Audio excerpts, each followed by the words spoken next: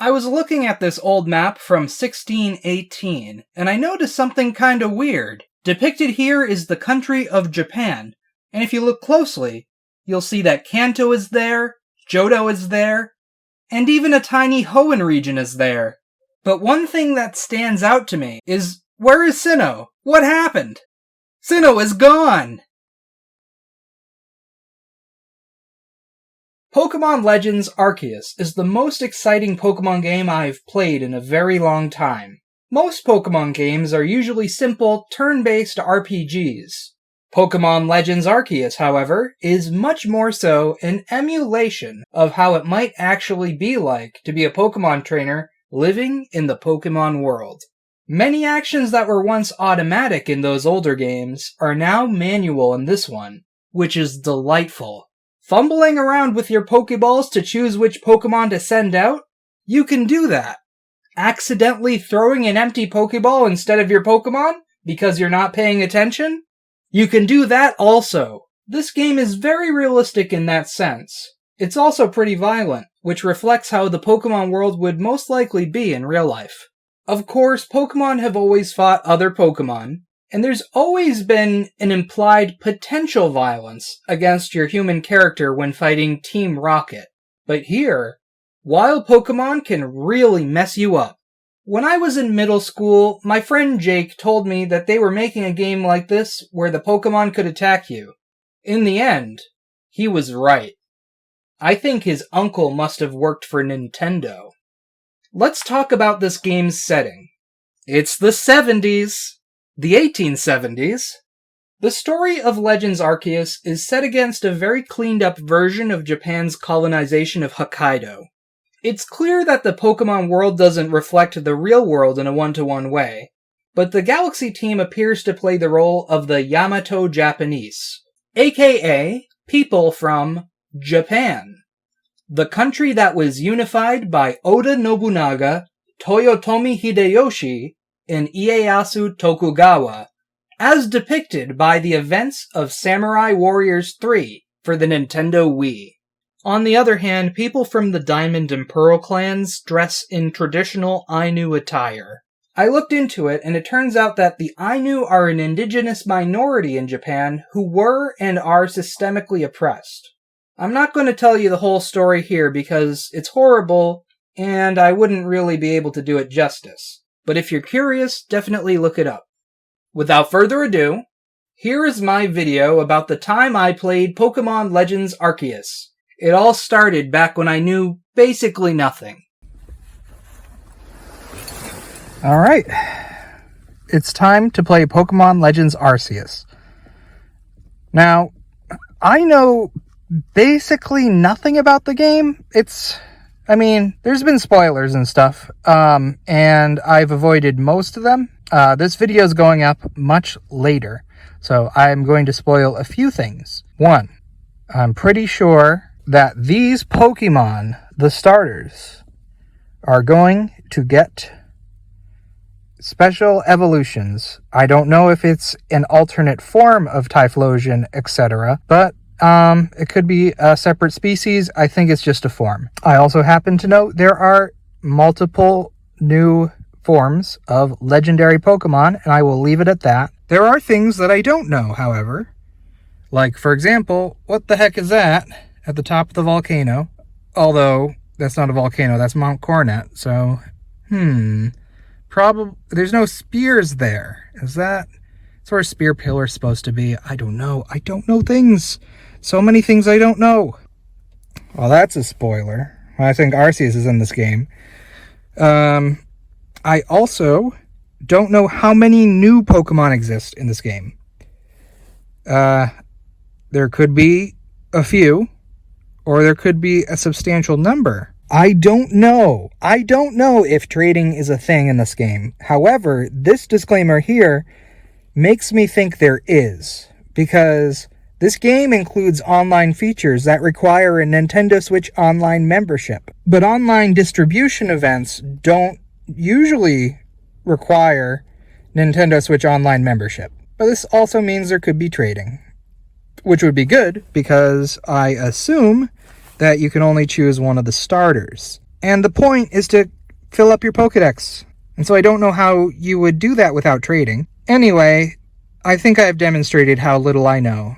And so, it's basically time to start. Pokémon Legends Arceus. Oh, look, it's a Hisui region. I see there's basically 4 biomes. And then Mount Coronet is at the top, with something obscuring the top. I wonder if Frufer's in this game.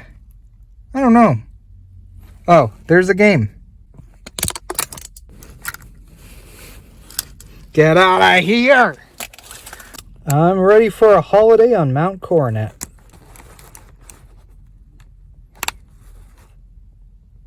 Over the course of 93 days, not 400 days, not 493 days, but just 93 days, I would accomplish many things in Pokémon Legends Arceus. First, I had to complete the main story through to the credits. This endeavor took me 10 days, but I got distracted quite a bit along the way. I forgot I did this joke. I have to go back and get it. It's very important to me, really.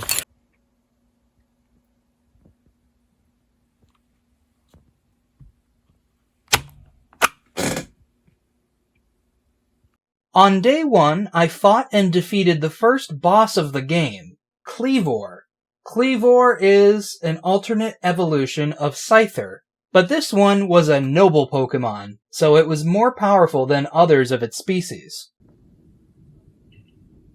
I don't trust this little girl. I think she's a wisp. I think she's part of it. She said there's 107, but everyone knows that Spiritomb is made out of 108. On day 2, I defeated the second boss, a noble Lilligant of the Hisuian variety, but then I found myself unable to progress in the story. When I reached a certain battle against the Misfortune Sisters, I found that my party was too weak to defeat them, and so I decided to focus on doing side quests. Day 3 consisted entirely of side quests, but on day 4 I caught a strong-looking Pokemon called Infernape, and I used it to get unstuck in the main story. After defeating Noble Arcanine, I found a man from a different time, Ingo. I once battled him and his brother in Black 2 and White 2. I never went into the battle subway because I already know that I'm not good at competitive Pokemon battling. One thing I really liked about the Coronet Highlands is that the Wayward Path is a throughway, which makes sense in a world before the cycling road was constructed. I defeated Noble Electrode, which, along with Voltorb, are interesting creatures based on the wooden Pokeballs used in this time. On day 5, I went into Alabaster Icelands to fight its noble Pokemon, a really big Avalugg, which also happens to differ in form from its Colosian variant. On day 6, the sky got all weird, which is something I've seen happen before. Or rather, I've seen it happen at some point in the future. It's not a good sign. It's what happens right before the universe deletes its data. I met a mysterious lady who told me to forge a red chain, which I did. With the red chain in hand, I got some new attire before climbing to the summit of Mount Coronet. However, I was defeated by the man who cooks potato mochi. On days 7 and 8, I did some side quests under the weird-looking sky. I finished the Spiritomb quest using a guide because I just wasn't patient enough to do it the normal way. On day 9, I defeated Ninja Benny and caught Palkia at the Temple of Sinnoh. Then Dialga showed up, which was scary, so we all ran away. Using fragments of the broken red chain, we constructed a Cherish Ball. Actually, it is called an Origin Ball, but I cherished it. On Sunday, we really messed up the Temple of Sinnoh. But after defeating Dialga's origin form and catching it, I started looking for plates along with my buddy Volo. What really surprised me was the existence of the blank plate. Anyway, it turns out that Volo is basically the Pokemon world's equivalent of a Satanist. I just thought he was really into archaeology. The battle with Volo was pretty challenging. It was like fighting someone with 8 Pokemon, but I defeated him using grit dust and tons of healing items. I then started a side quest called The Incarnate Forms of Hisui. The mysterious lady Kogita told me to capture the 3 genies and complete their Pokedex entries. I found that I enjoyed the mindlessness of using moves over and over again, and so I ended up perfecting their entries. Then Kogita showed me Enamorus, the new legendary Pokemon in this game. Now, I had been streaming my game to my friends using open broadcasting software and Discord, but one of my friends, Maya, had not yet learned about Enamorus. So in order to avoid showing spoilers, I delayed my capture of Enamorus. And so I asked myself, what would Professor Kukui do? Professor Kukui's area of research is moves, so I decided to do all of the moves research. I didn't know it at the time, but I had begun a phase of my journey which would take me about 27 days, starting on day 10 and lasting me until day 37. For about 4 weeks, I ran around the first map doing every Pokemon's move research tasks. Of course, to be sure I got all the moves done, I had to eventually catch all the Pokemon in the game, but I delayed that for as long as possible. I accidentally witnessed the origin story of Floraroma Town and caught Shaman, because the location of that event happened to be part of my hunting ground. That's where I could fight the weakest Pokemon in the game, and thus not have my Pokemon faint very often, no matter how weak they are. As I mindlessly used moves, it gave me a lot of time to think. If a Meganium is a Millionium, then a Mega Meganium is a Trillionium. We give a lot of credit to Bill's PC, but I want to give a shout out to Marie's Pasture, the original Bill's PC, so far. So we all know about the logo, but I just noticed something about it. Check this out. Now that is the original logo. And then they inverted the colors, I'm sure, and then made a few tweaks. I predict the same motif will be used in the next Pokemon Legends game, which is possibly called Pokemon Legends Kyurem.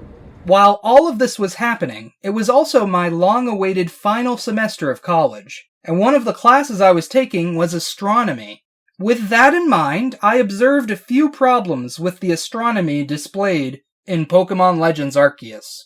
The first thing that I noticed is that during a full day-night cycle, the position of the stars don't move at all from the perspective of the player. The way I figure it, this phenomenon can only mean one of 2 things.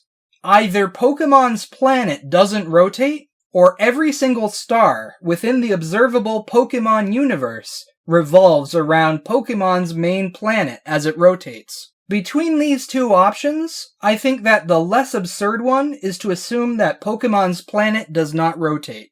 Given that assumption, it follows that both the sun and the moon revolve around the Pokemon planet. Basically, we're talking about the geocentric model of the solar system. However, this leads us to a different problem.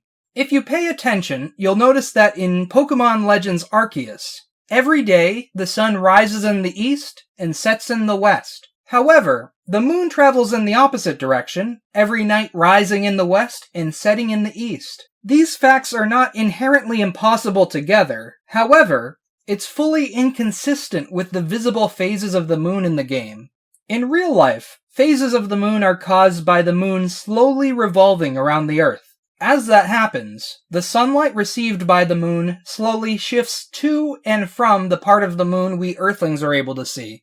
This diagram of Pokemon's planet implies that the phase of the moon should rapidly change over the course of a single night, waxing quickly at dusk and waning just as quickly before dawn. This is not how phases of the moon are visually represented in Pokémon Legends Arceus. The moon in this game is shown to go through phases in a similar manner to how they do for Earth's real moon. My conclusion is that the Pokemon world is fictional. You're probably not wondering how I know that the top of the map is north. Notice that when nose passes are relaxed, their resting positions always have their noses point in the direction of the top of the map. This is also consistent with how Hokkaido is oriented on Earth. If Game Freak wants to be consistent, A game set in the Hoenn region should have nose passes relax with their noses pointed towards the left of the map. A game set in the Galar region should have nose passes relax with their nose pointed towards the bottom of the map. Anyway, let's move on. Fun fact. That Raichu is using real electricity. On day 29, I achieved full star rank, but I decided to keep going. On day 36, I was running out of moves to do, so I caught Manaphy and Fionn, whose quest hints were cleverly hidden in the library of Brilliant Diamond and Shining Pearl. I also caught Darkrai. On day 37, I caught all the Rift-exclusive Pokémon and Munchlax, all of which were Pokémon that simply eluded me. After doing their moves, I fought and captured Arceus, who, as it turns out, didn't have any move tasks, and so I finally finished all of the moves research.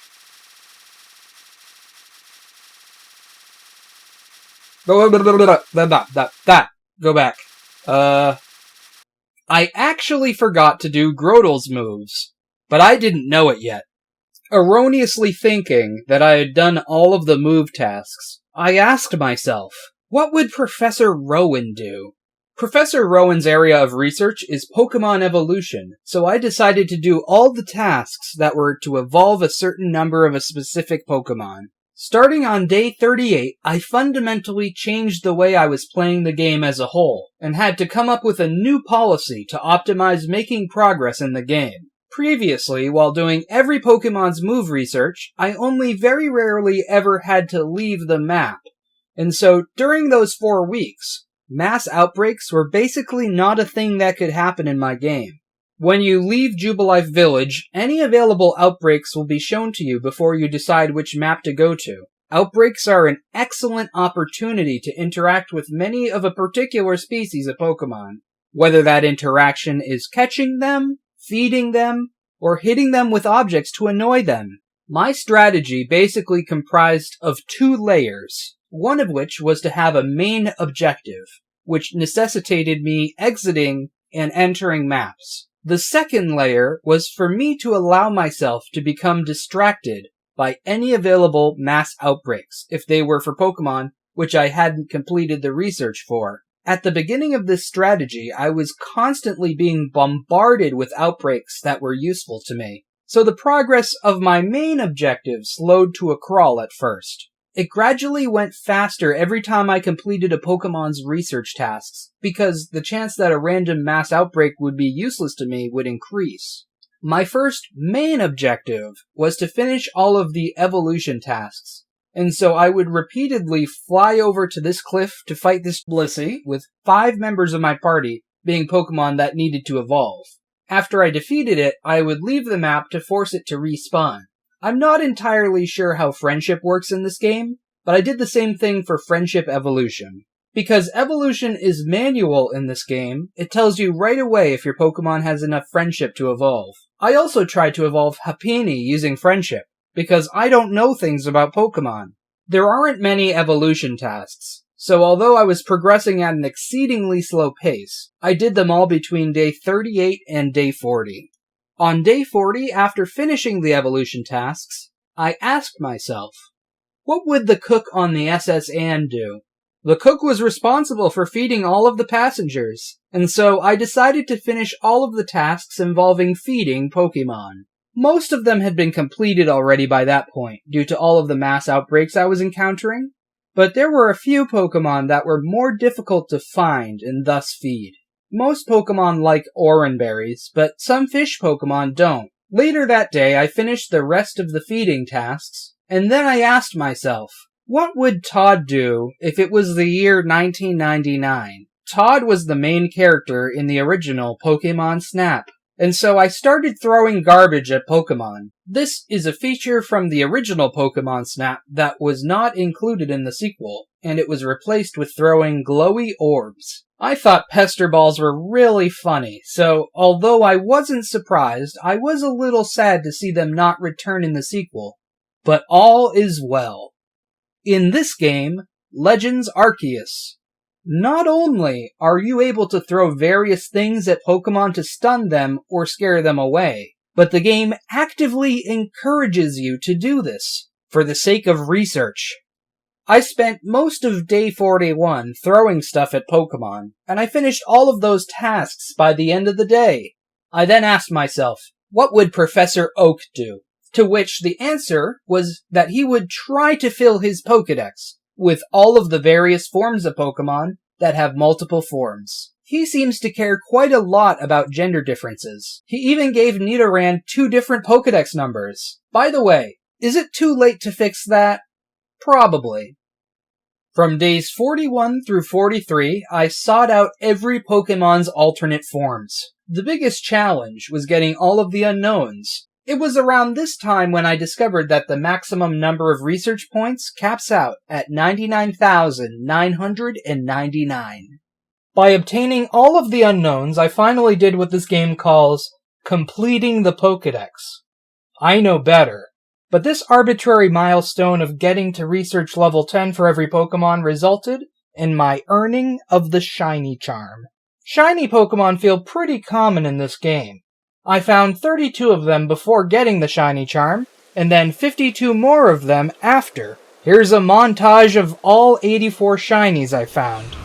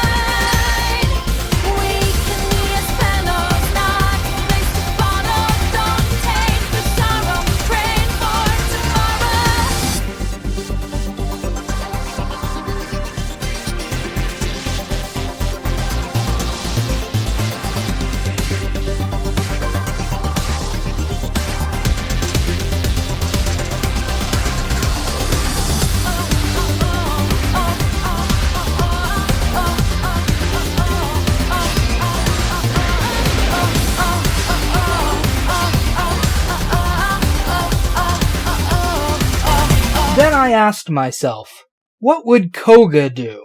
Koga is a ninja, and so I tried to do every task that involved catching Pokemon without being seen. I found that these were particularly easy to do during outbreaks, but very difficult if the Pokemon only appears in water. I believe that by day 47, the Daybreak update had long since been added to the game. Even so, I still hadn't done anything that was related to that update. Hindsight tells me that this would have been an ideal time to unlock massive mass outbreaks, but I didn't do that for another 4 days. In the meantime, between outbreaks I would go after particular targets. For example, I had to defeat a Togetic, but you can't battle the one that flies around. So I kept going to a particular spot hoping that Togetic would be there, and it eventually was. Togetics that you can battle are much more common in the massive mass outbreaks than in the rest of the game. I was feeling hopeful about finishing the research in the Pokedex, because there were certain kinds of tasks I could ignore, thanks to a quirk. Receiving a Pokemon in a trade counts as obtaining a new Pokemon. The time of day that the trade takes place could help you catch a Pokemon at night or during the day. This also works for huge or tiny Pokemon as well as Alpha. That said, trading takes a non-insignificant amount of time to perform, so I didn't altogether avoid doing research that I could otherwise do via trading with myself. On day 50, I noticed that you could craft anywhere using the crafting kit. That took me a while to notice. I also got 999 grit dust in my storage, as well as my pocket, so I had to use it all up in order to not waste any. I used it on Pokemon who I thought I would use in the Path of Solitude, but I'll get to that later. On day 51, I started doing the massive mass Outbreak side quests. These are chaotic affairs, especially so for anyone who has a lot of research left to do. Compared to regular mass outbreaks, you can expect much more variety of species from these, but with each outbreak within the massive mass outbreak, they contain fewer Pokemon. The massive mass outbreak has a time limit, so you have to pick and choose which outbreaks to pursue. One thing I liked to do was feed Munchlax's Aguav berries in order to reveal the outbreaks on the map. Then I would take a screenshot and reset the software in order to get the berries back. By the end of day 52, I had finished all the massive mass outbreak side quests. Arceus appeared to me in a dream and explained a mode to me about which I am not interested. Each time I entered a map, I would travel along a specific path that took me to the locations of Pokemon that I hadn't yet finished the research for. Gradually, those paths would become shorter until they ceased to exist. On day 64, I started doing all the stuff involving shaking trees. Weeks earlier, it was a total pain to catch Cherubi, because no one really understood how trees worked back then. But at this point, all of the trees in the game had been mapped out, and they were all available on Cerebi's Poke-Earth. So every time I entered a map, I would check to see if particular trees were shaking, and if they were, I would knock the Pokemon out of the tree to fight them. I did the same thing for ore deposits. I would follow a path that took me past every relevant ore deposit and tree. On day 65, there really wasn't much research left for me to do. I still wanted to trade some Pokemon with myself, and I had to do some amount of work in distortions, but I wanted to test out a strategy which would lead me to the completion of the Path of Solitude. When I played Let's Go Pikachu, I defeated all of the Master Trainers, and I really enjoyed that side quest. For that reason, I decided to really go for it when it came to the Path of Solitude. However, to really gain an edge on my opponents, or I guess Ingo, I needed to train every species of Pokemon in the game. To train them was my cause. Or perhaps it was a means to an end. This is how I trained my Pokemon.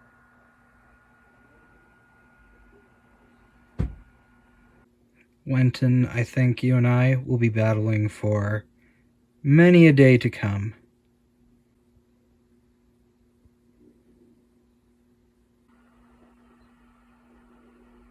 On day 67, I started a second file on my brother's Switch. I got to 1-star rank, which unlocks the ability to trade. There are some things that you can only do if you have both a copy of Pokémon Legends Arceus and a copy of Pokémon Legends Arceus. Briefly borrowing a second copy of the game from one of my friends, it was finally time to trade with myself. And I traded with myself so many times. I made sure to trade all relevant tiny and huge Pokemon, and referring to a checklist, I traded Pokemon back and forth for maybe 2.5 hours. I don't have the exact time, but it was something like that. The next day I waited around for distortions in order to defeat Porygons and Magnemites. Finally, I completed all of the research in this game, but I wasn't done. I spent the next 2 weeks continuously battling Wenton, automatically, with my third-party GameCube controller. In this time, I got every basic Pokemon to level 100, and also some first-stage Pokemon that have branching evolutions. It worked beautifully, and I was able to leave it going while I was asleep, and also when I went to work and school. It turns out that if you leave the game on for too long a session, it might crash. Following a crash, my controller continues pressing A and relaunches the game. So in the end, the only reason I know it crashed at all is that when I get home, I find that I've made suspiciously little progress. On day 85, I finished getting everything to level 100. and so I started the Paths of Solitude.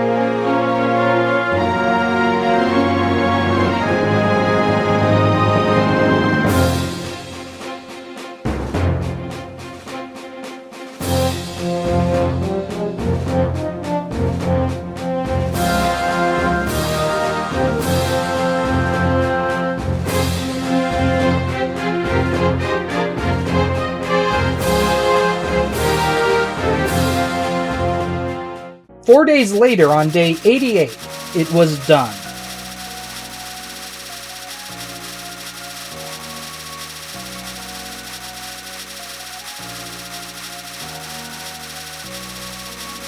I wasn't quite done with the game, though. I finished the side quest from 78 days earlier, showing Kogita my Enamorus. She gave me a reveal glass, which let Enamorus use its secret turtle form. The 4 Therian forms represent the guardians of the 4 cardinal directions in Chinese mythology, which I am slightly familiar with, having played Final Fantasy Type 0.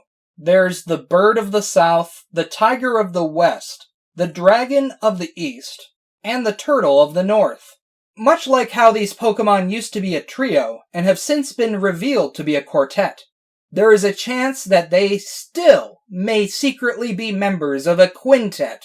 I say this because, in some mythologies, there's a guardian dragon of the center, but we haven't seen it yet represented as a Pokemon. Then I used a guide to find all the poems. The next day, on day 89, I started saving my money to buy all the pointless bag upgrades. The best way to get money in this game is by repetitively attempting to find and battle the Misfortune Sisters on the first map. On day 90, I bought the final upgrade for the bag. It's highly implied that, lore-wise, Baggin is the guy who invents bags that can hold up to 999 of each item. So basically, he's part of the reason why I was able to defeat the Elite Four using Magikarps. I fought through all the other battle challenges offered by Ingo, and then it felt to me like I was done with the game. Then I remembered the main reason why I went to the Hisui region in the first place, which was to catch all the new Pokemon and place them in my living Pokedex in Pokemon Home. Although Pokémon Legends Arceus is not a pair of games, one needs to have a pair of game files in order to get everything needed for the living dex. Enamorus, like the other genies, can be stored in Pokemon Home, both in its incarnate form, as well as its Therian form, so I needed to get a second Enamorus. I set out to complete the story on my second file, now having my starting Rowlet raised to level 100. My 91st day started in the Crimson Mire lands, and I blew through the story to the point where the sky turns weird. I had to grind for a few hours to increase my rank, but I relied heavily on tasks involving fainting other Pokemon, which can be done very quickly if you have a strong Pokemon. On day 92, after choosing to hang out with Adaman instead of Irida, I fought Origin Form Palkia. I collected all the plates again and defeated Volo in order to unlock the side quest for Enamorus.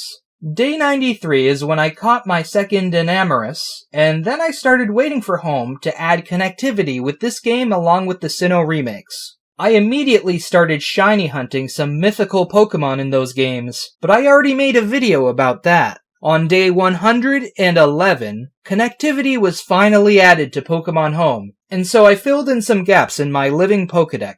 I still need to give haircuts to some dogs, but I imagine that might take a while. Also, on day 115, I had to fight Arceus again in order to unlock a second Azure Flute for my Brilliant Diamond.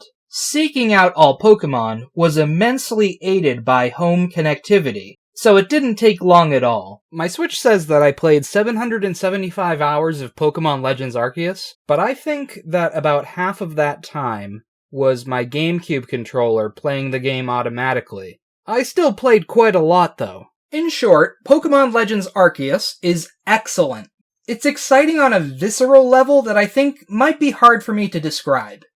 I have a feeling that future Pokémon games are probably going to be slightly more formulaic than this one, but I'm really happy that this game happened. I had a really good time with this game, but I have a tendency to be pretty obsessive. I'm actually kind of hoping that there isn't a ton of research to do in Scarlet and Violet. For me, I think that catching them all is good enough. From my perspective, those games are in the future, but pretty soon, they're gonna be in the past. Thank you all for watching this pretty long video. And as the Spanish say, hola,